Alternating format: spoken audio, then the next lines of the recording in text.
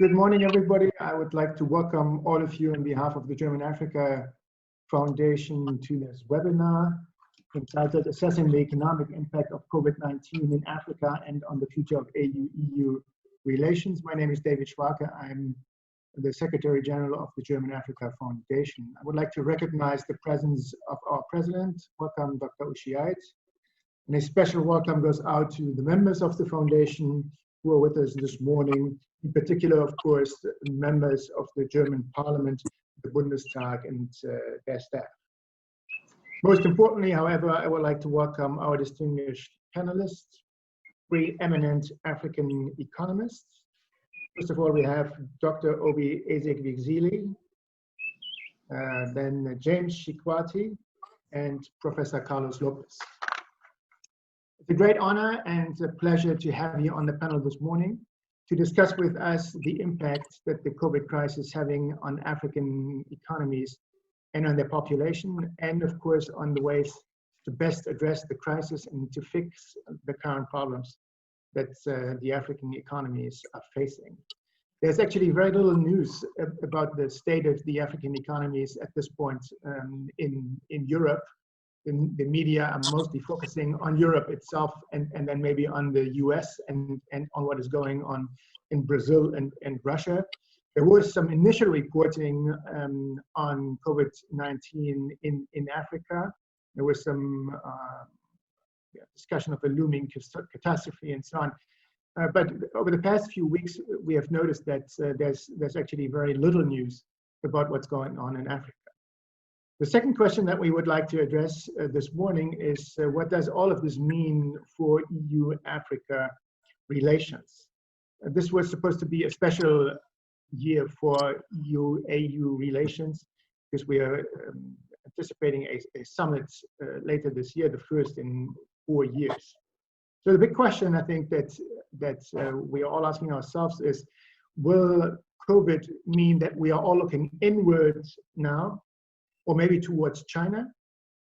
Or will the crisis be a chance to move beyond rhetorics and to give more substance to the European-African relationship? So much from me. Without any further ado, I would like to hand over to Sabine Odhiambo, who will moderate the discussion. Thank you very much for Sabine for all the work that you have put into preparing this panel. The floor is yours. Thank you. Thank you, David. Yes, so also from me, hello and a warm welcome to everyone. I'm Sabine Odhiambo, the Deputy Secretary General of the German Africa Foundation. And before we get started, I would just like to make a few organizational and technical remarks. We are going to have two parts today. First, we will have an input by Professor Lopez and a brief discussion on the economic impact and policy measures. After this, we would like to open the floor first for questions from the audience, and then we will continue with the second part on AU-EU relations, and of course after that we will also again open the floor for questions from the audience. Now, if you want to ask questions, you have two ways to do so. You can either raise your hand, there's a button just below the pictures, raise your hand, then we will involve you in the video conference and you can pose your question directly to the panelists. Alternatively, if you do not want that, you can also use the chat function. The chat button is directly next to raise your hand. And then you can post your question in the chat and we will take it up here and discuss it. So yeah, having said that, I would like to just briefly introduce our three panelists. So we have Dr. Obiageli Ezekwesili joining us today from Abuja in Nigeria. Among the many posts she has had, she has served as Minister of Solid Minerals and of Education in Nigeria from 2005 to 2007. After that, she took up the position of Vice President at the World Bank for Region Africa and served her term for 5 years. Obi has been at the heart of starting institutions and initiatives in her long career. She is, for example, co-founder of Transparency International, and she has started the initiative Bring Back Our Girls after a mass kidnapping of schoolgirls in Nigeria. And in 2019, she contested for the presidential election in Nigeria. So thank you very much, Obi, for joining us here today. Thank you, Sabine.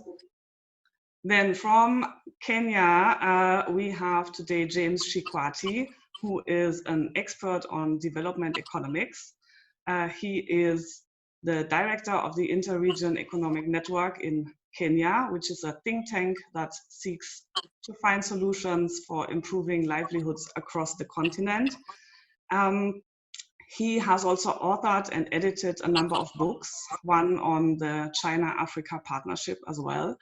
So he has won the Walter Scheel Prize in 2015, and he became a Richard von Weizsäcker Fellow at the Robert Bosch Academy here in Berlin in 2018. So welcome also to you to Nairobi, James. Thank you. Karibu sana, Sabina. Asante. And last but not least, we have Professor Carlos Lopes joining us today from Cape Town in South Africa. He has had a long-standing career within the UN. He was, among others, the Executive Secretary of the United Nations Economic Commission for Africa.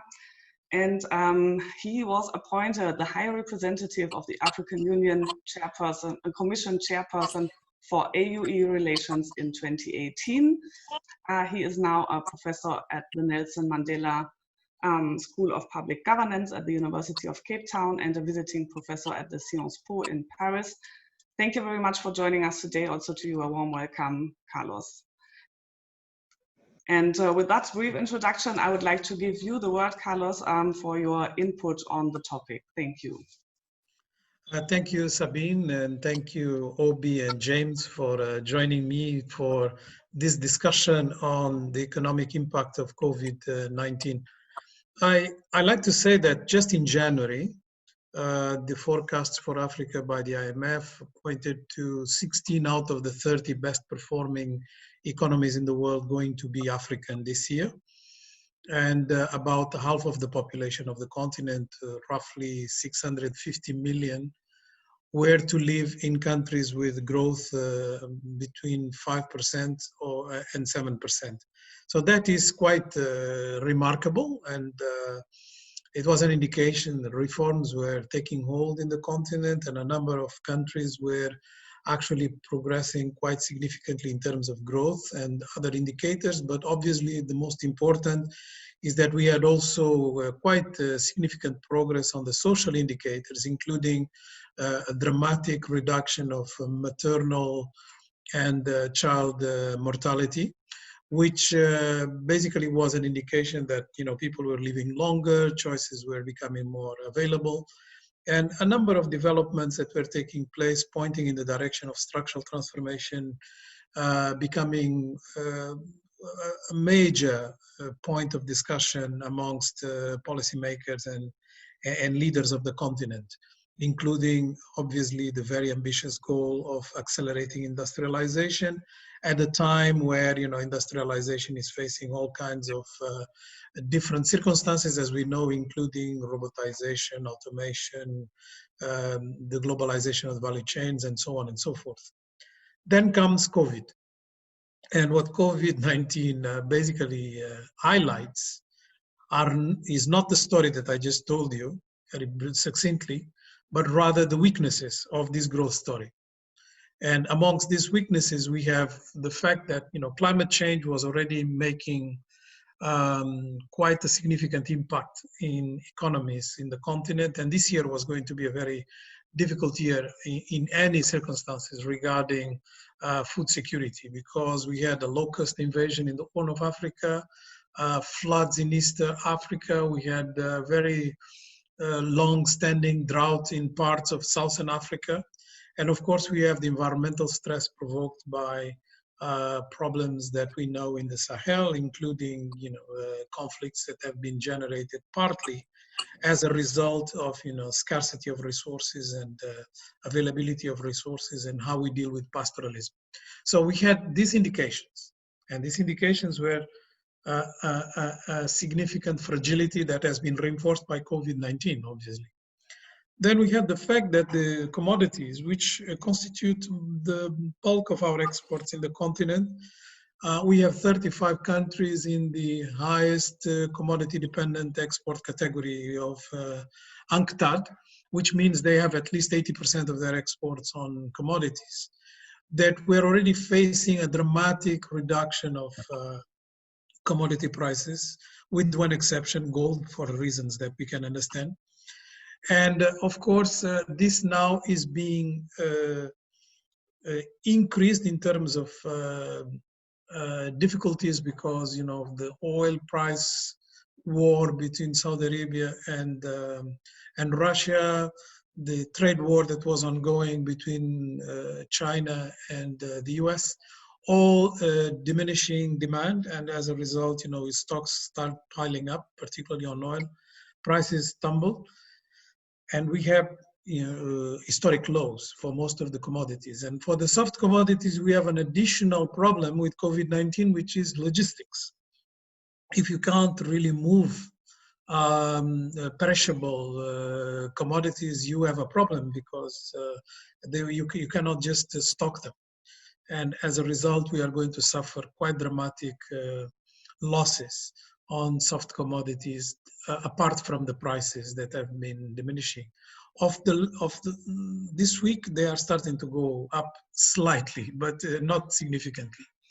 So you had these characteristics, and you had to this the fact that confinements, lockdowns, and all sorts of restrictive measures and movements have diminished consumption significantly. And we know that 2/3 of Africa's growth is actually the result of internal domestic consumption, partly, you know, construction, building, etc., and partly just consumption as we understand it by people, by individuals and households. As a result, we know that you know, the consequences of COVID are going to be quite dramatic. If you keep adding to this remittances, about 20 to 30% reduction, it has constituted over the last years quite a significant contributor to ease the balance of payment pressure.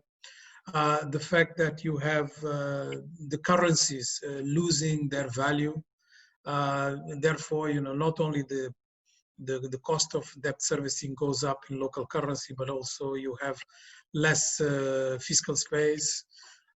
The fact that you have a certain number of characteristics that point in the direction of our, you know, social sectors not having enough capacity to respond to this pandemic.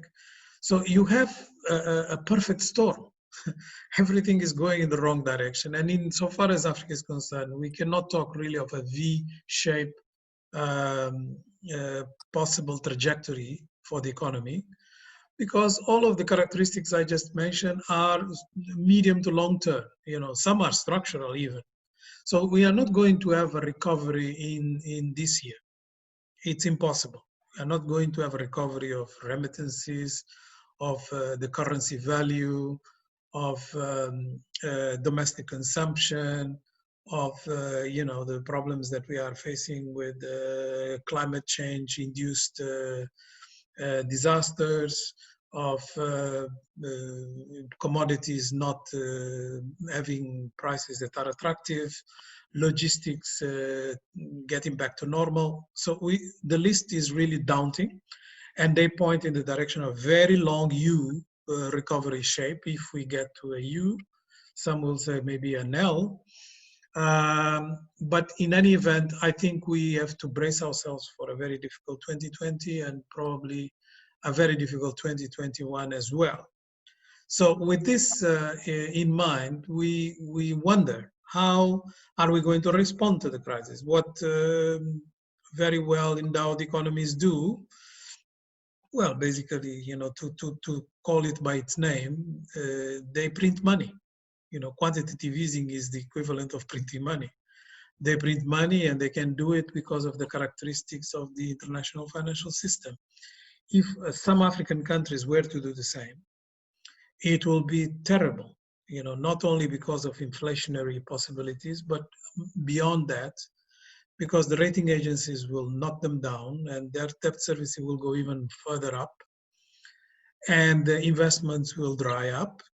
So we are not playing in the same league. we are basically suffering the consequences of a very fragile growth trajectory. So that's why I started with the growth good news, to end up with the fragility of that growth story. What COVID-19 tells us is that, you know, it was fragile. We need much more stronger bases, more structural reforms to be able to sustain this type of shocks. Obviously, one can say, well, these shocks are worldwide. Everybody's suffering. But the capacity to respond to shocks is different. And ours is much more weak. We see that most of the industrialized economies are putting anything between 7 to 10% equivalent of their GDP in stimulus packages. South Africa has been able to do the same, or to announce the same. Let's see whether they will be able to do it, but to announce the same. But you know, the majority of the African countries cannot. Here there is a lot of liquidity, so they can afford to some degree of flexibility if they want, although the regulatory systems in place are not very inviting to this type of measures without consequences on a country that has been experiencing very low or no growth. But this being said, I think there is a bit of flexibility, and in the Berggrabit here in South Africa, but the majority of the African countries cannot. So that's basically the picture that we are facing. And with such a picture, governance and the quality of governance, the quality of leadership is going to become extremely important and visible. Because, you know, whatever measures we take on the sanitary front, if they are not calibrated in such a way that they respond to some of the challenges that I've just mentioned, it's going to show, it's going to create chaos, and it's going to create conflict. And I think in some countries we are already seeing it, and I think it's just going to get exacerbated. And the same way that countries in Africa rush to confine and lock their economies too quickly, they are doing the same mistake now of rushing to deconfine and unlock too quickly, without basically adjusting to the context of Africa. It's obvious that Africa has characteristics that are quite different from other parts of the world. It is true, like David said in his introduction, that the epicenter of the pandemic keeps moving geographically and can well come to Africa at the tail end. We don't know. There are some projections pointing in such a direction. There are others that are quite skeptical because of the characteristics of resilience in Africa, because COVID-19 is a respiratory related virus, and respiratory related viruses have behaviors that in the past have not been as lethal in Africa as in other parts of the world. But all of this is the subject of theorization. We don't know yet. I think everybody's in a discovery road, and we'll have to just you know, play it the best we can. But the measures that are taken by the leaders, I will finish with that, are extremely important and sensitive in demonstrating their capacity of leadership. And my feeling is that COVID-19 is changing completely the ball game. If it's not tackled properly, the consequences for whoever tackles it in a sort of in a very disorganized manner, it's going to show in politics, it's going to show in conflict probably. Thank you. Thank you very much, Carlos, for this first insight. Obi, we have just heard about the economic impact of COVID-19 and the extreme importance of governance and policy measures in this context. So what would you consider the most severe economic impact of COVID-19 in Africa, and which policy measures would you recommend to African governments to mitigate these negative effects? And also with a view to the policy measures that have already been in place, how would you judge them? What are maybe leading examples? Thank you very much. You know, I think that Carlos has started us off in a good way.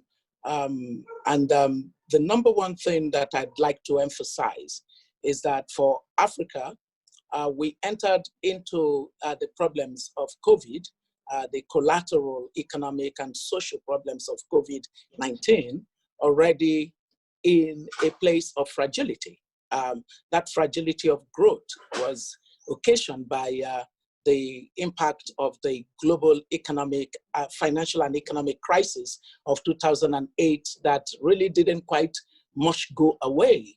That was what took down Africa's growth from a steady path of an average of 4, 5, 6% over a period of a decade and almost a half, down to levels below 2% and then climbing back into the 3% threshold that it was before COVID-19. Now, why is this important? This is important because slow growth has always been, or no growth has, or negative growth has always been the basis of the burgeoning of poverty on the continent. So if there's a number one issue, it is that Africa risks increasing the number of poor people on the continent, and poverty is lethal. Poverty is the basis for destabilization, and poverty, when you're stuck in it, makes it a lot harder for you to break out into prosperity for your citizens, a better life for the young people, good life for the women and for the children. And so if we want to face squarely what the impact of COVID-19 or lasting impact may be, it is that we must be in a hurry to resume growth. We must be in a hurry to resume growth on the continent because without growth, it is almost impossible to tackle poverty. Even though the fact that you're growing doesn't necessarily mean that you will tackle poverty, but it is a necessary condition. And so resuming growth is critical. And so growth policies are key. Now, which two things do I see for us to immediately put a lot of emphasis on? Number one is Africa cannot now slow down the process of actioning on the Africa Free Trade arrangement. This is the time to actually accelerate it because while the rest of the world is trying to figure out how it continues global trade relationship, we on the continent must expand our internal trade. And so the AFCTA this is the right moment for it. We cannot postpone its commencement. Internal trade on the continent is below 16%. It does not compare well at all with what you have in Europe, which is almost 70%. And so everything that we can do to still go ahead with the AFCTA is very crucial as a source of growth for us. The second thing is that industrial policy is critical now. We need to understand that Africa is 10%, manufacturing is just 10% of GDP. Africa's contribution to global manufacturing is some 2%. Between 2 and 3%, depending on what you're counting. And that means that as we see post-COVID begin to challenge the very reckless behavior that saw a single production system being the manufacturing center of the world, means that we as a continent can make a bid by improving our business environment as there is a decentralization of the global production system away from China, which is what's going to happen across different regions of the world. Our continent must be ready to improve our participation in global manufacturing. And that means that industrial type policies are going to be very critical. And a key aspect of industrial type policies is to have the right sets of monetary policies, the right kinds of fiscal policies, the right kinds of sectoral and structural policies that will improve our productivity and our competitiveness. And so it is crucial for governments to focus on industrial policy related actions. Another thing that's going to be important is for us to be very effective in the use of our little resources. And so everything that has to do with better value for money and better prioritization, in other words, my friend, I think my friend Paul Collier says something like investing in investing, which means investing in the capacity for investment to yield the right value and outcome. So we have to squeeze out every value from the very thin fiscal space that the continent currently has. And then we have to ensure that institutional and regulatory systems are globally of best standards and of best practices. There are many barriers to businesses that must be removed. The segment of our economy that is suffering the most are the small and medium scale enterprises. I wouldn't want an Africa that resumes quickly by just doing things that would attract the big multinationals. They are important, but even more important will be the small and medium-sized businesses on our continent. The policies that improve their capacity to operate, remove bureaucracy, bureaucratic hurdles and bottlenecks for them. Being able to work with the financial sector to structure the kinds of access to financing that they need in order to resume businesses and offer jobs. That's going to be important. And then the point on, even if you're growing, what are your sources of growth? And I in some way have referred to that by talking about the more than 70% of small and medium scale enterprises that underpin Africa's economic activities, and a larger group of activities that are informal, so unstructured and informal. Now, what does that do for us? It means that, according to estimates, that jobs are going to be scarce to find until we actually are deliberate in ensuring that the private sector can create those jobs. And so the public-private partnership that is necessary in order to unlock the possibilities where jobs are locked up and just need to be unlocked, that's going to be critical for a number of our countries on the continent. This is Africa's opportunity, actually, to move away from just the rhetorics of diversification and to actually do diversification. My fourth point is that digitization and everything that's got to do with technology has come to the fore on the continent today because of COVID. Those who were always technophobes, even amongst the policymakers, had no choice but to go online. The digital economy is going to be some 25% of the global GDP in about a decade. Our continent cannot be left behind in this. And so the last mile policy measures and investments, public investments that we need in order to unlock the values that are hidden, the treasure trove that we find that we haven't ignited on our continent. This is the time to do so. We must have government pay more attention to the huge opportunities that ICT and technology more broadly hold for the continent. I think that my final point is going to be that making sure that we are pursuing inclusive growth options.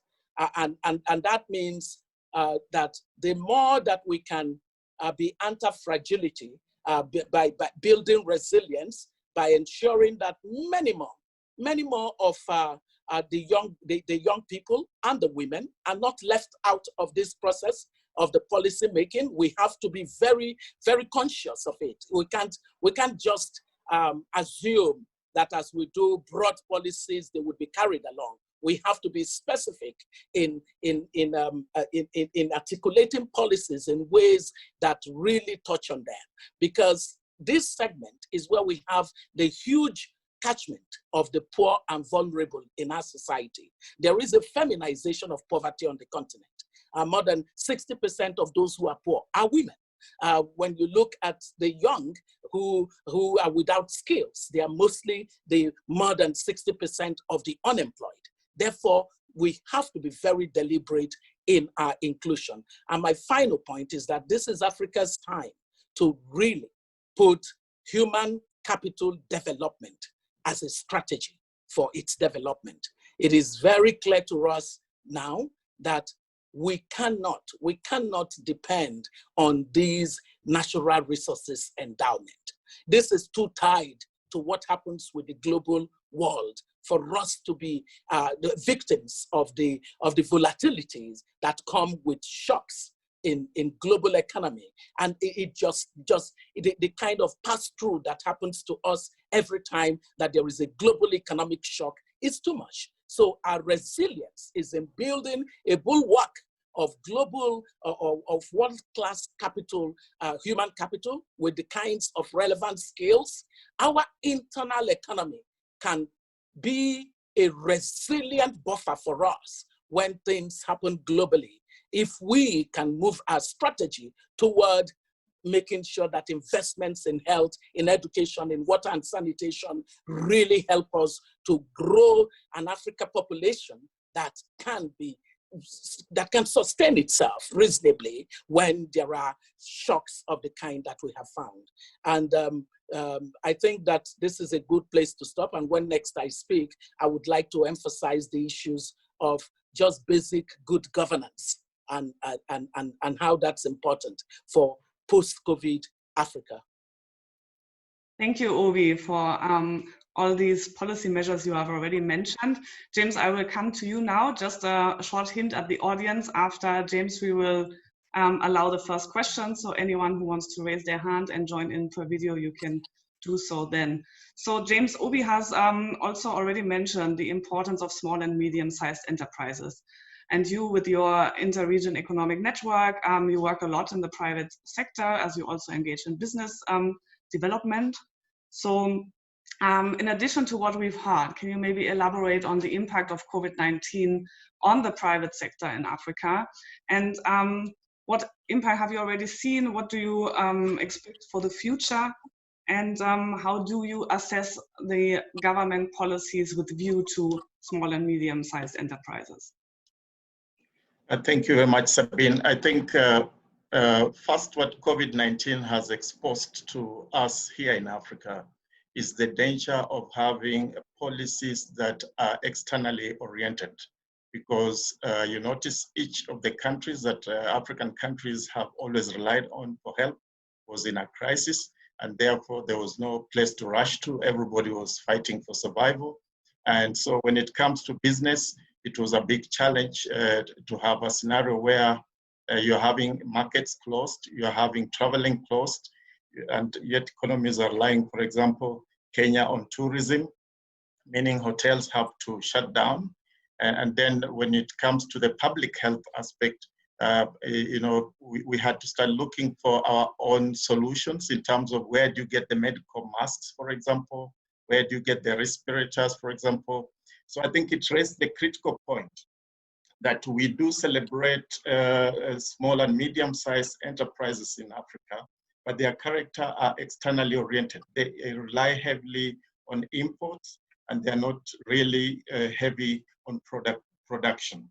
And I think the case we've seen in East Africa has been where the pressure now has been to a few of the companies that could be able to produce, let's say, masks, which is a basic for protection, to make sure the droplets don't move to neighbors, has been done, although not to the standards required. So I think we did have a scenario, if I use the Kenyan example, where the financial sector had to intervene through government relaxing requirements for rescheduling of payment of loans, because a lot of the SMEs borrowed to pay, and the banks were allowed at least to negotiate on case-by-case basis to ease the pressure on small and medium-sized enterprises. But one of the big knock-off effects comes from lack of harmonized public health standards. We see a lot of businesses suffering now because countries cannot agree on what it means to test COVID and what it means to point out who is infected and who is not. And in the East Africa region, tracking of goods from one region or one country to the other is highly impacted because of this lack of standardized measurement or public health. And so when it comes to the general economic climate for the SMEs, I think for Africa, I would liken it to the point that we already had a pre-existing condition. And if you read the story of COVID, it says that when you have a pre-existing condition, you're likely to be knocked off more than if you didn't have one. So our economies had been oriented towards really serving external markets and less the internal markets. And I think Obi already pointed out to that point in terms of the intra-Africa trade. So that then means, as Carlos pointed out earlier, that we do not have a go back to scenario after COVID, because the SMEs heavily reliant on imports. We do not have a go back to scenario when it comes to the economic recovery, because our SMEs are not engaging in productivity. We already had a scenario of huge debts, most African countries owing money to China. So it means COVID simply adds more and more to this particular challenge for business. And then basically the leadership that we have, we can see each country trying to have its corona approach. Those who want to use herbal medicine, those who say let's just pray, and those who say let's just ignore it. So then the biggest shock here for the business has been the destruction of confidence, because when you see leaders not addressing the challenge in a coordinated manner, it leads to low business confidence, and therefore it increases the risk of having a possibility of investment in the businesses that are already struggling. So in terms of what's the way forward, I think I would say that number one, we really have to review the kind of public policy situation that we have, which initially has always been dictated to many African countries, courtesy of the relationship Africa has with Europe and, let's say, United States, to what I would refer to as internal optimization, meaning policy that makes it easier for the governments to have the confidence in their own SMEs, as opposed to always rushing out there and ignoring the local productivity. And then, of course, finally, so that we can open up for the discussion, I think the point here would be to look at growing regional markets as opposed to looking out there, because we see, especially in Europe, there's a lot of bailouts happening now. This is something strange in the African terms, because African governments rarely do bailouts and they don't have the capacity to do bailouts. And in this particular case, it's going to be a bigger threat to expect that African SMEs or African companies or businesses will be able to compete with the European companies that are actually under bailout. So we need to look for a policy innovation on how we can navigate this scenario where what we believed to be developed economies actually bail out their private sector, and what we believe to be underdeveloped economies are not in policy orientation allowed to bail out. And even if they were to try, as Carlos pointed out, their capacity is low.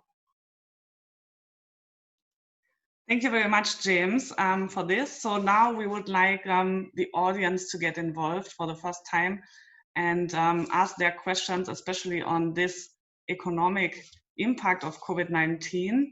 In case anyone wants to raise their hand, please do so.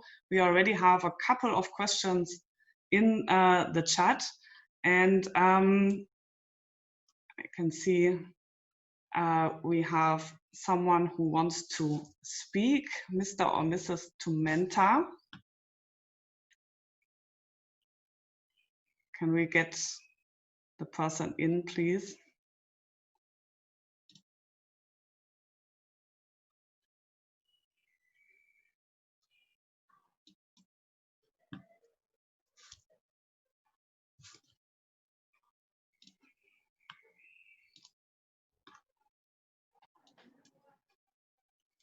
Yes, we can hear you now. Okay, thank you very much. I have listened with great interest. My name is Tumenta Kennedy, the CEO of African Business Information Bank and a private sector entity in the Central African region. We have, I really much appreciate the contributions of the three speakers. But one of the biggest problems that we face, especially companies like us that develop startups and try to digitalize existing informal sector, is that the complete 80% of most of the activities of the SMEs in the Central African market, meaning the CEMAC regions, are found in the informal sector.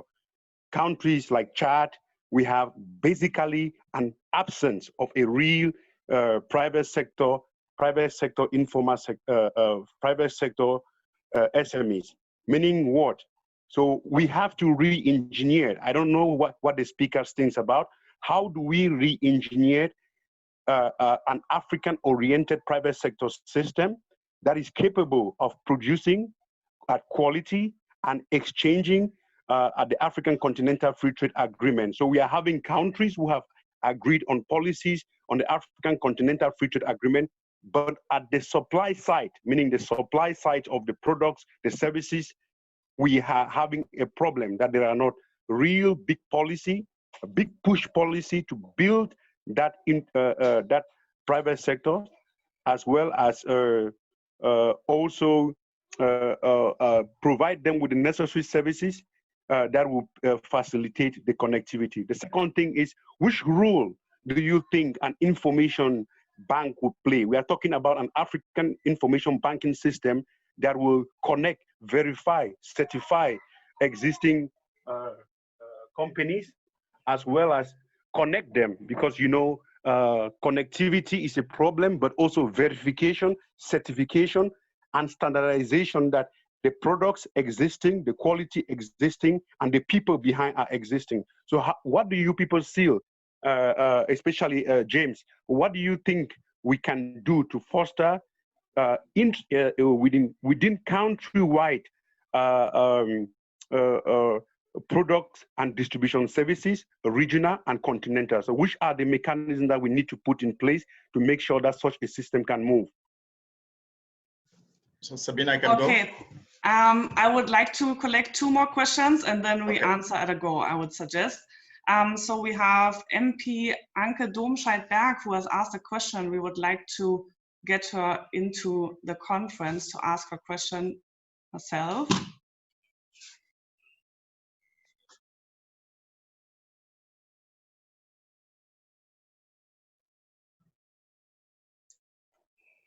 She is there, but not yet. We can't hear her yet. Now. Mrs. Domscheit-Berg, can you hear us?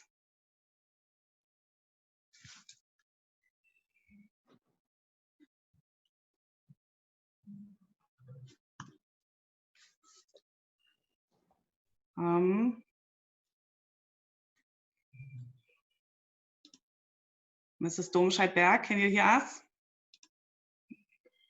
We would be grateful to have your question. If it's not yet working, maybe we first continue with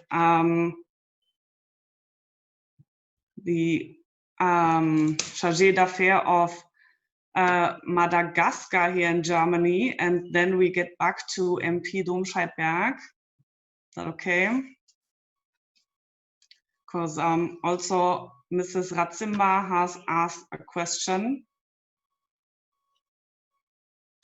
We are trying to get you into the conference. Yes, there you are. Now we just need to hear you. Can you unmute your phone, your microphone, please?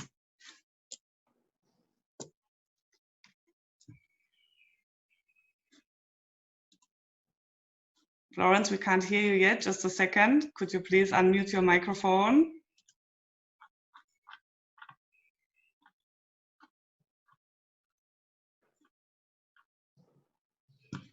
Now we can hear you. Is it okay? Okay. Is it okay now? Yes. Thank you. Yes.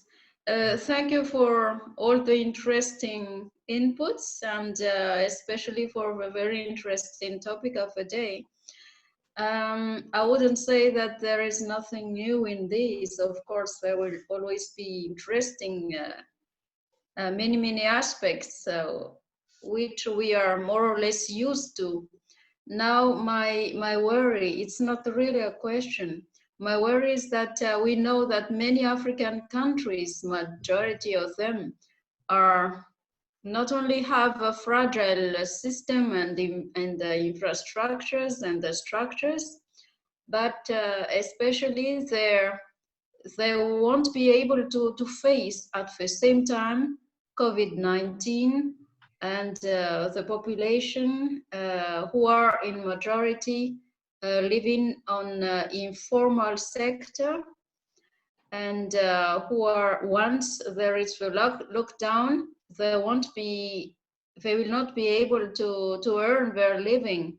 So I think the governments are very under pressure to tackle all these at the same time, and especially to think of relaunch of economy. Let me just take an example of Madagascar, how we tried to handle the problem of COVID first.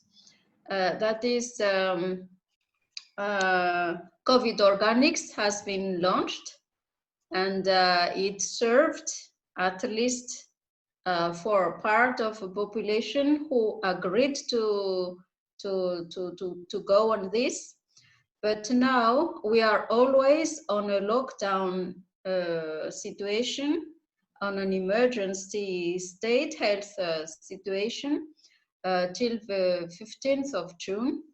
So my question is, my worry is, how can a country like Madagascar and many other African countries be able to overcome all these difficulties at the same time to ensure, especially to ensure economic growth?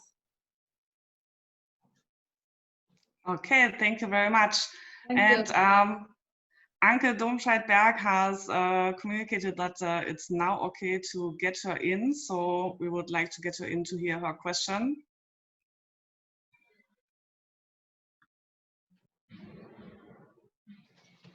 We will, after that, allow more questions, but first get to the answers of the first three.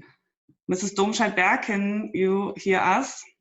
Yeah, I was hearing you all the time, and I hope now you can hear me too. Is it working? Yes. Okay. So I actually have two questions, but they have a little bit to do with each other. The first one is, I believe there could be a really great potential in offering or developing a mass education program to teach programming skills to, I'm really talking about millions of young people. I know there is an initiative in Arab countries where they want to train 1 million young Arabs in programming. And I believe that is a skill which is not only necessary in a digital society for each country to develop solutions within their country, but it's also a highly required skill which you can market on global markets. And it does not need big logistics, you just need an internet connection. So it also works in crisis very well. So how is anybody thinking about such an initiative, and how could it be done? And it somehow relates to my second question, which refers to Juliana Rotich from Kenya, which you may know. She's the German Africa Award winner from 2019 and one of the greatest women I've ever met in my life. She is just developing a public procurement platform, making it easier for young people, for women, and for small and medium-sized companies to get a share of public procurement contracts. And since you will have a lot more, I hope so at least, public procurement spendings due to drive development I would like to know whether such a platform, or first the question to the expert from Kenya, is this already working now, this platform? And to the other experts, is this potentially an option which you could imagine being applied in other African countries too? Thank you.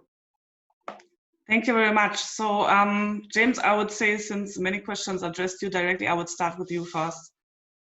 Yeah, thank you. I'll start with the question from Tumeta, if I got the name right.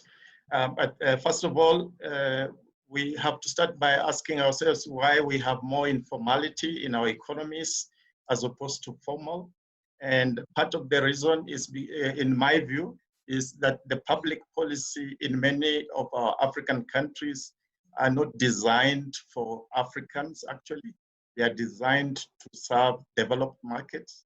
And in most cases, they are designed to serve the interests of multinational companies.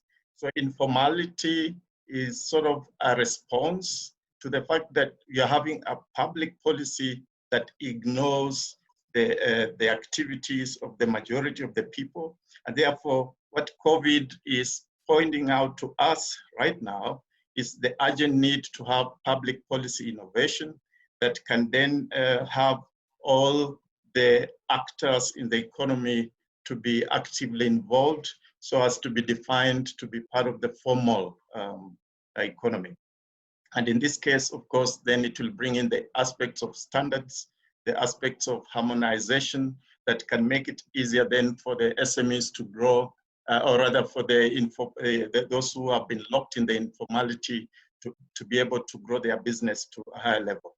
The second aspect, of course, is that when we talk about SME, it's an elusive term that we just use, but then you notice if you go to Germany, you'll be told an SME has to have a threshold of over €1 million plus.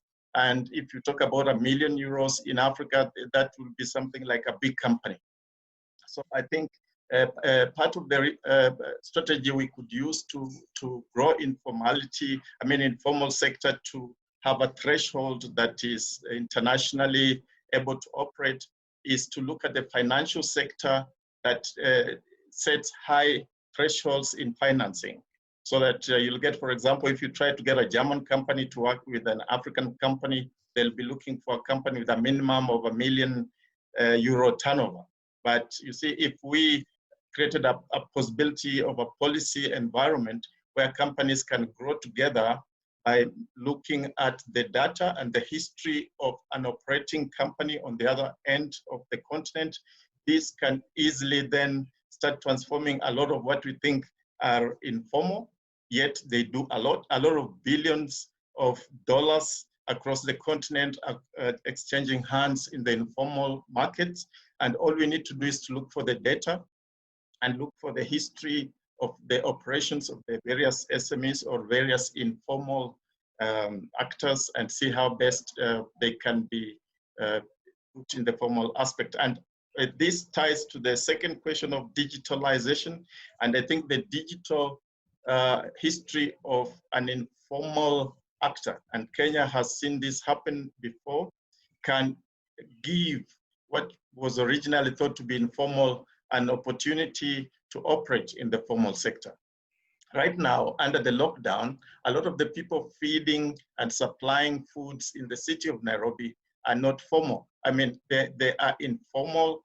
They're using their channels of we call them motorbikes, borders, bicycles, to supply foods to households, to offer services. And you can imagine if using their digital track record, one can easily be able to tell their capability in terms of if they wanted to expand.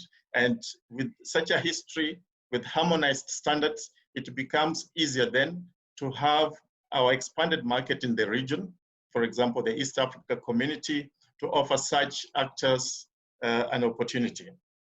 And for the question on public procurement, I think for Africa, the biggest challenge has never really been the ability for people to do business with the government. It is how the political class controls that platform of doing business with the government. That's where the challenge is. Of course, for Kenya, we already have a platform set up by the government for public procurement, or what we call the tender bidding, which includes even for youth, for women. But again, we should not forget that even if it's a digital platform, there's always somebody behind the button somewhere. And they are always having the ability to start influencing a few things. So from the optimistic point of view, although COVID is ravaging the continent left and right, I think African countries are finding themselves in a scenario where they're looking inward, trying to query the kinds of policies they have always believed can work. And then they notice that the people who are keeping the economy alive right now are the people who had been originally ignored, and this is in the informal sector. And you know, the agricultural sector in Africa is largely informal as well, and they are in their farms. They are trying to work and make sure that the produce is on. They are taking advantage of the rains. They have not actually locked down in the traditional sense we see in Europe. People are actually in the farms. It's in the cities where the challenge of distancing is, the challenge of making sure that the spread is not going to a level that is highly risky. So for Tumenta, I would say that informality, in my view, is a response to our poor way of borrowing policies from other countries. And I think what COVID is teaching us is that we should relook those policies and have policies that celebrate African products, upgrade African products to ensure they meet international standards, upgrade African productivity to connect to the global value chains. Okay, thank you very much, James. Obi and Carlos, I would also like to give you the chance to comment on the questions before we move on to the topic of EU relations, because there are many questions regarding that. So maybe, Obi, you could start to briefly comment. You need to put on your microphone again, please.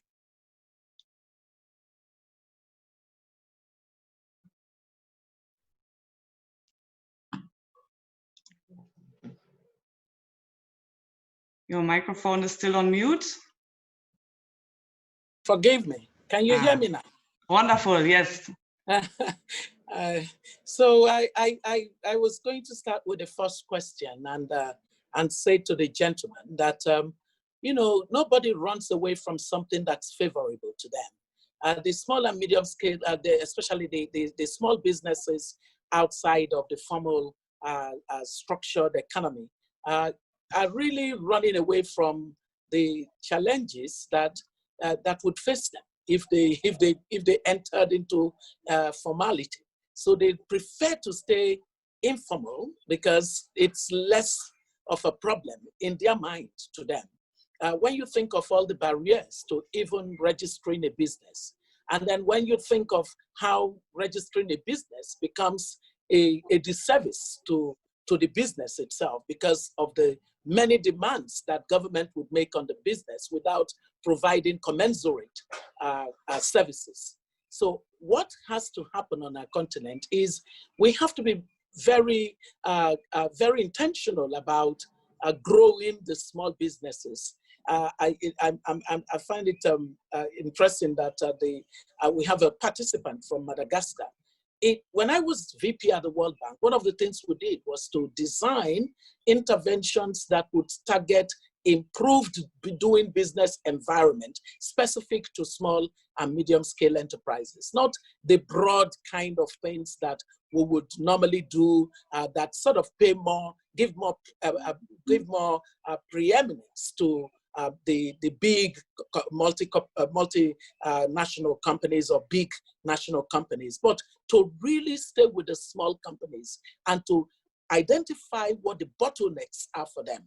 One of the important measures that you actually take is something you alluded to, which is that there has to be expertise put behind identified groups within the small and medium scale catchment of our economy.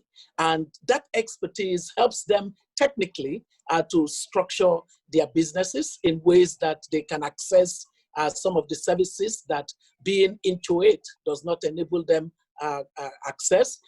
It looks at the issues of raising their productivity, because part of the problem is that the quantum of activity, of economic activity they engage in is so negligible. It's on the fringes. And so it doesn't amount to anything significant. But if you structure them well and brought them together, you would find much more economies of scale that then makes them formidable. So this is a way of saying that we need to create policies that make formalization a really attractive option for the small businesses. And I think a number of countries are going to be forced to do this because the global economy is going to be on the slope to recovery.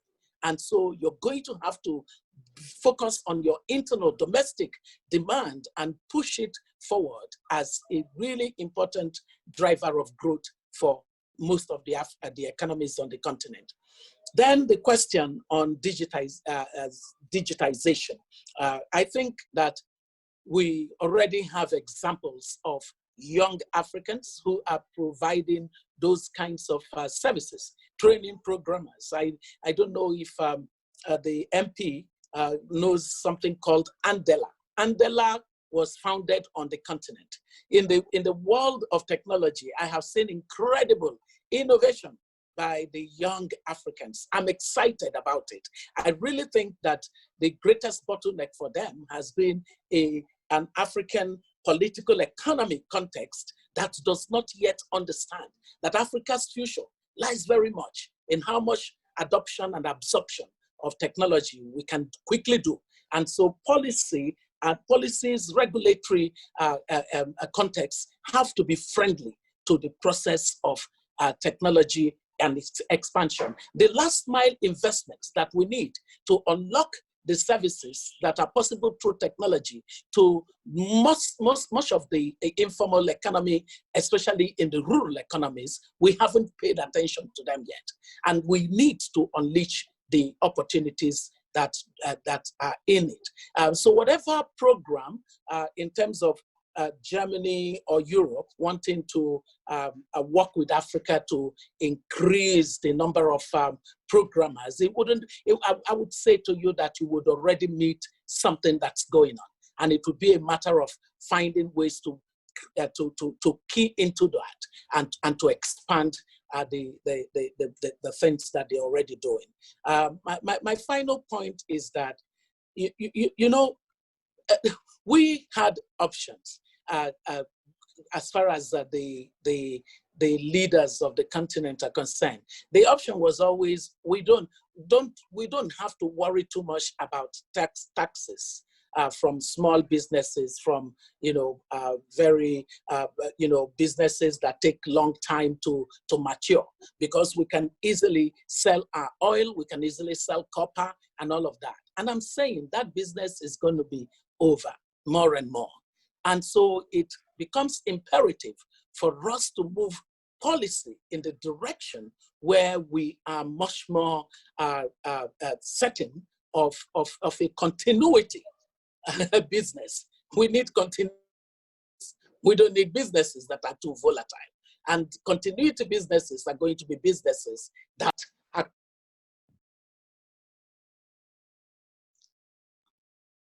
people. Okay, thank you very much, Obi. Now to Carlos, please, also your comments on the questions, and then we move on to AUE relations. I think the questions have already been quite well covered by James and Obi. I will just pick the last point that Obi made about taxes, because it's always a very controversial issue. And normally people oppose that to informality, and they say, are you going to make the poor pay taxes? No, that's not the issue.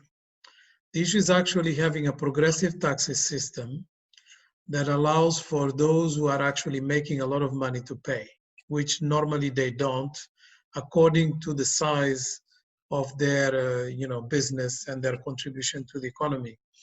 And we know this because the statistics tells us that the fiscal pressure in Africa, which is the amount of taxes collected in relation to the size of GDP, size of the economy, The average is 15% in Africa, and the world average is 35%.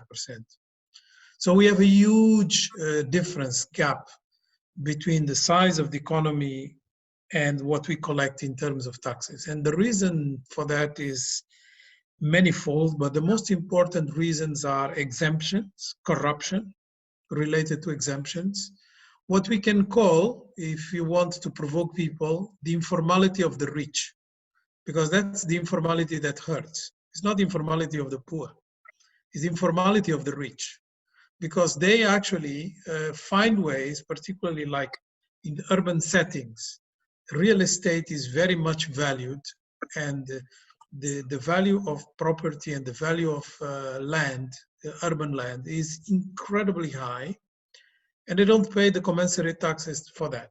That's one example. So it's the informality of the rich that really is hurting us.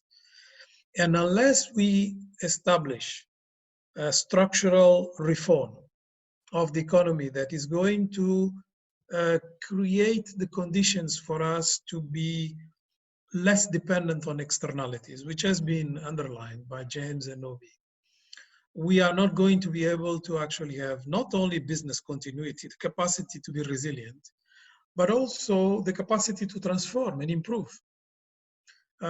We cannot improve on the basis of commodities, not adding any value to those commodities on top of it. Even if we depended on commodities that were slightly transformed, it was already a very, let's say, risky choice. But to export them without any processing, that's not just a risky choice, that's stupidity. And that's what most African countries actually do. One good example is that 40% of the totality of our exports in the continent is oil and gas. Well, we don't know in the continent that we are big importers of refined oil products. So we export crude and we import refined, which is quite astounding, because if we just transformed it, the volatility of prices on refined oil products is very low. The volatility on crude is very high. So we could have reduced already the risks, but even that we don't do. And we could have also exported to our neighbors, because they are importing refined oil products, instead of going all the way out of the world for these products to be transformed. This is quite astounding. We can say the same about, let's say, bauxite. Bauxite, the largest reserves in the world are in Guinea. Well, Guinea exports most of its bauxite non-transformed in aluminium. And what is fascinating for me is that a lot of this transformation takes place in Iceland. You know why in Iceland? Because they have geothermal energy that is very cheap. So because it's an energy intensive process of transforming bauxite into aluminium, the boats go with the Guinean bauxite all the way to Iceland to be processed. Now, here is the catch. Guinea has the largest hydro power capabilities or possibilities in the entire West Africa region. So it could have been the source of very cheap electricity. And this is what the government is doing right now. And this is just one example. We have so many like this. And I think unless we really restructure the way we deal with our externalities, you are going to continue to see a lot of this informality that was mentioned. Okay, thank you very much. We do have very, very many questions.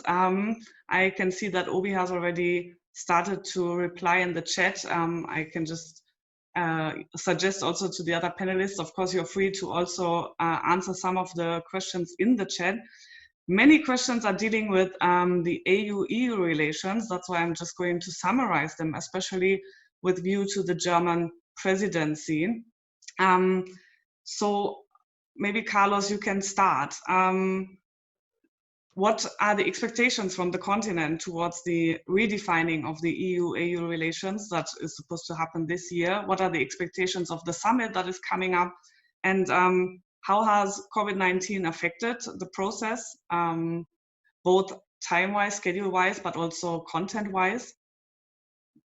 Yeah, well, I think the discussions that are taking place, they have some process-related problems that come from the past. And this may be a bit too much for people to actually get into, but I'm going to highlight some of these elements very quickly because they are fundamental to correct the asymmetric relationship of the past. First is this fact that the European mandate for negotiating with Africa imposes that we are part of the ACP. As we know, the ACP doesn't cover all of Africa, it covers 48 countries, and ACP is a development-centered instrument, and the ACP has a particular history, and the ACP also is ingrained in a political system, for instance, the secretariat of the ACP, the way it is funded and so on. It is ingrained in a political system that cannot replace the African Union. So this process issue is very important because we have to discuss some continental issues, continent to continent, meaning African Union with European Union, not through a filter, be it ACP or any filter. So I will not say more about this, but this is a key issue that is not yet solved. And it's going to be extremely important how it is solved in order to have a proper summit proceedings, because the summit is supposed to be continent to continent, it's not a summit ACP Europe. So that's one important issue to mention. Then we have also the need for us to reinforce that the continent to continent relationship should be about key priority areas. Africa has 4 that have been defined by our summits. Trade is one of them because of the continental free trade area. We don't want to go the route of the economic partnership agreements and all these different arrangements that Europe has instilled in Africa, that have created a lot of divisions and a lot of fragmentation of the African stance. Up to now, the reason evoked for us not to go straight into the continental free trade area was that, you know, we need to have building blocks because the continental free trade area is under construction. But the problem that it poses is that we are discussing an agreement for 20 years, not for 2 years. So whatever elements we put in place are going to last for 20 years. So it's extremely important for us to have, from the very beginning, the understanding that the interlocutor is the continental free trade area, not these different arrangements, 13 of them with different parts of Africa. Then the second priority is migration. We have a bit the same problem. We have 3 different arrangements for migration between Europe and Africa. The so-called Khartoum configuration, the Rabat configuration, the La Valletta agreement. We want just one framework to discuss migration with Europe. We don't want several. And we don't want some countries in Europe, I'm not going to name them, having their parallel policies that sometimes even violate international humanitarian law. So this is a very important issue, and it is something that we need to clarify. So we have a constructive engagement on migration. The third area of priority for us is peace and security. On peace and security, things are pretty well in terms of the arrangements that are in place between Europe and Africa.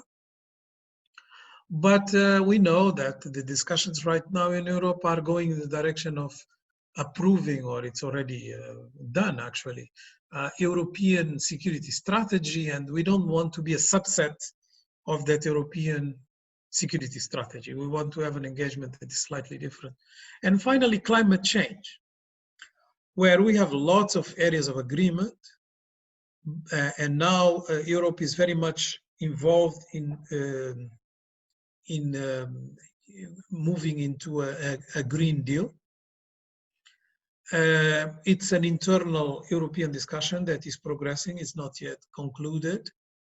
But the bottom line is that Africa doesn't want to find itself in the receiving end of what has been defined as European policy. And I'll tell you just one example of how it could go wrong. I'm not saying it's going wrong, but it could go wrong. Like, for instance, if Europe decides, which is part of the proposals, that it's going to green or clean its imports to a certain threshold, let's say we will not import any processed transformed products that are not respectful of environmental certifications A and B and C and D, up to 50% of our imports. Well, we can well find ourselves to be in the 50% that is the most difficult. And then, you know, the other partners of Europe will be the other 50% is not very difficult to transform. Now, this can penalize our industrialization if it is not done with sensitivity. So we need to be sure that if that is going to happen, that we have some sort of a compensation for us to go into green industrialization. You see? So these are the kind of things that have to be discussed. So whatever Green Deal is part of a complementary and common interest policy, both continents, and both of us should be interested in climate change, and not just us in the receiving end of the difficult bits. And, you know, I think it was Obi that mentioned, maybe it was James, I can't remember, but someone mentioned, what about the subsidies that are given to certain enterprises in Europe, like bailouts, he mentioned, I think it was James, yes. But, you know, we have also the equivalent of bailouts in terms of saying, okay, now because we have a Green Deal, we are going to subsidize this and that business to become greener, cleaner. But in fact, it's a subsidy. And that subsidy is going to make our African producers less competitive, unless there is some discussion about it. Because you can well say that there are no more agricultural subsidies in Europe, which is absolutely the case. But there are all kinds of other subsidies that are not called agricultural subsidies. You know, to protect the environment, to protect the landscape, to you know, give prime insurance, etc., etc. So it makes our producers less competitive, but it's not called subsidies anymore. It's sort of hidden. And this can also become part of the Green Deal discussions if it is not properly done with sensitivity. So the objectives are noble. There is all reasons to believe that Africa and Europe have common interests in trade, particularly at the time of protectionism rising in the US and other parts of the world. They have common interests in climate change, definitely common interest in managing migration properly, and common interest in peace and security, because terrorism, jihadism, and all those things can find their way into Europe if they are not properly managed where they are present right now. So we have common interests, apart from common history. But that common history up to now, with so many agreements in the past, has been characterized by us not moving out of the colonial model of producing raw materials for export. This is the time to change that. Thank you. Yeah, off. Sorry, my audio. Thank you very much, Carlos. Very honest words on the challenges ahead in the EU relations. And maybe, Obi, you can jump in there shortly, since also many of the questions pointed in that direction, that we are still demanding a true partnership that has not yet been established. So maybe what do you think needs to change in the relationship between Europe and Africa? And how has COVID-19 affected this? Is there an opportunity to change the relationship, or is it rather impeding? And with view to time, I unfortunately have to ask to keep the answer brief. So number one is, I think that Europe and Africa now know that the health risk that we sometimes never really paid as much attention to can take all of us out, and that the weakest health system is the deciding factor on how healthy and how well our economies function. And so, number one thing is Europe and Africa need to mount joint health surveillance systems, have some collaboration around the strengthening of health systems, ensure that we maximize this opportunity of being the closest neighbors to one another, because if you trace some of the contacts that brought the pandemic into our continent, it was either a trans travel through Europe or a direct travel from Europe. And so health and everything that's related to it, collaboration in that regard is going to be absolutely important going forward. The second thing is that what must change is that we should define the relationship on the basis of mutuality of interest. If we can make mutuality of interest the overriding factor that helps us go into the various issues that would define the future of global relations, that would be very, very helpful and a departure from the past. It could be the game changer that makes us scrutinize policies across the two continents in ways that expand opportunities with the usual, not a cliche, but a win-win perspective going into it. The third thing that I want to say is that there is a bid for global leadership, because right now the world is in a rudderless form. And so this bid for where is global leadership going to come from? We can't do the American way, we can't do the Chinese way, because those ways don't reflect our universal way. And so there is a deficit of leadership. Would Europe and Africa please step up and collaborate to move the world in the direction of what global governance should look like? The EU presidency by Germany means that Germany needs to step up. Germany should stop hiding. Stop hiding.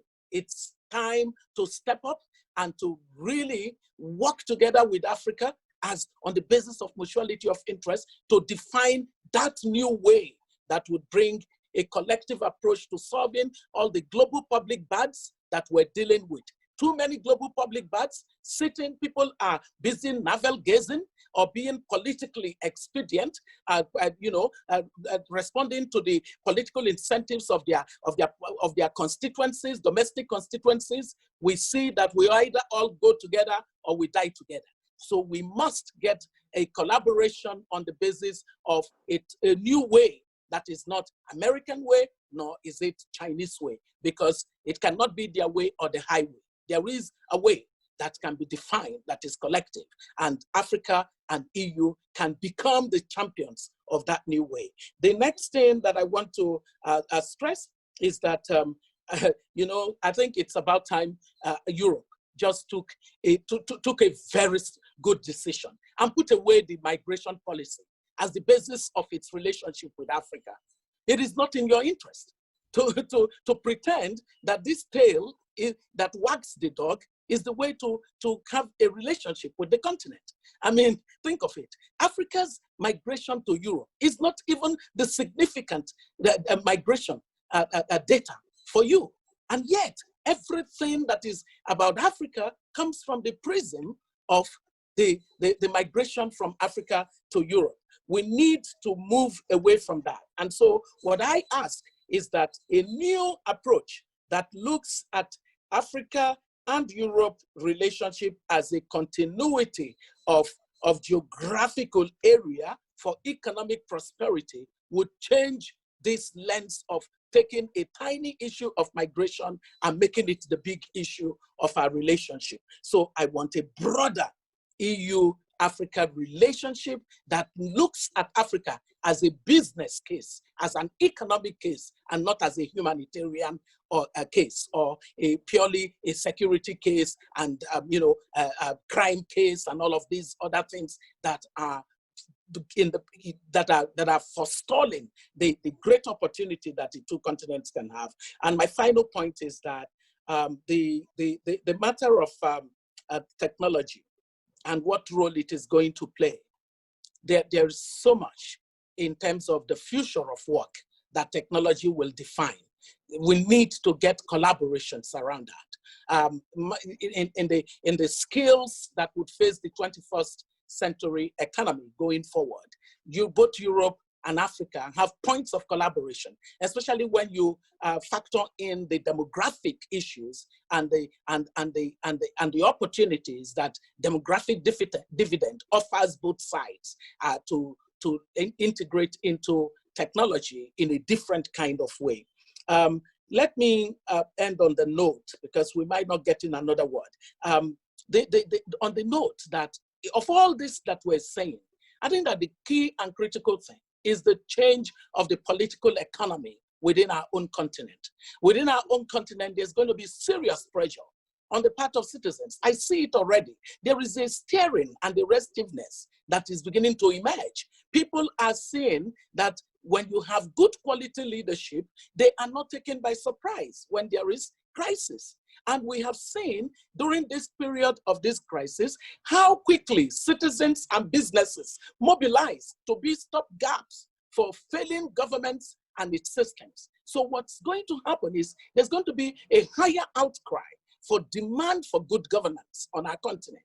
That is a place where Africa takes full possession and ownership, or Africans take full possession and ownership of their future, so that the relationship that will thrive is a relationship that builds on an Africa that is better governed, an Africa that is better led, an Africa where sound policies, strong institutions, and the right priorities of investment in public goods and services really generate a vision toward a path of growth, in which Europe then becomes a part of that process. Thank you very much.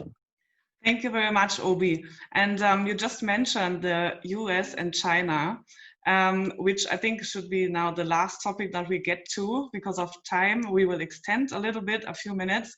And many questions actually asked about the role of China. And James, since you have dealt with China extensively, maybe a very short comment on how do you see AU-EU relations with a view to China, and maybe even the effect of COVID-19 on Chinese-African relations?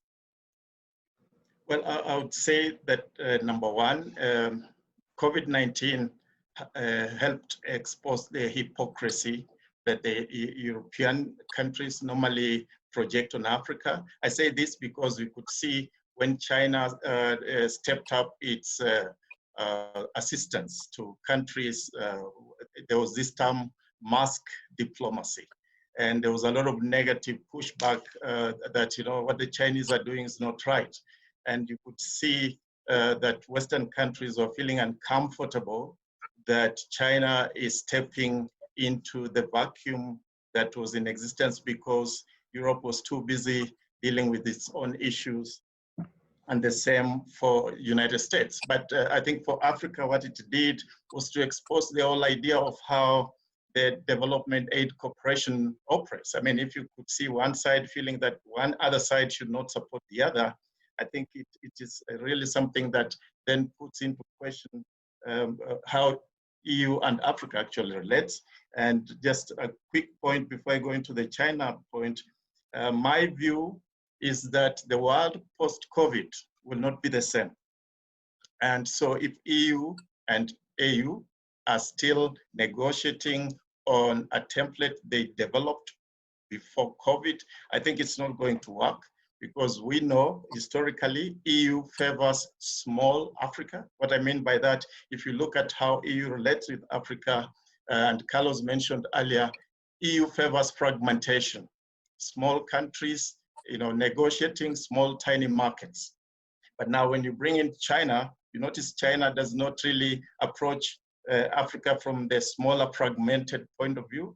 It approaches Africa from one country, an imagined country, I should put that.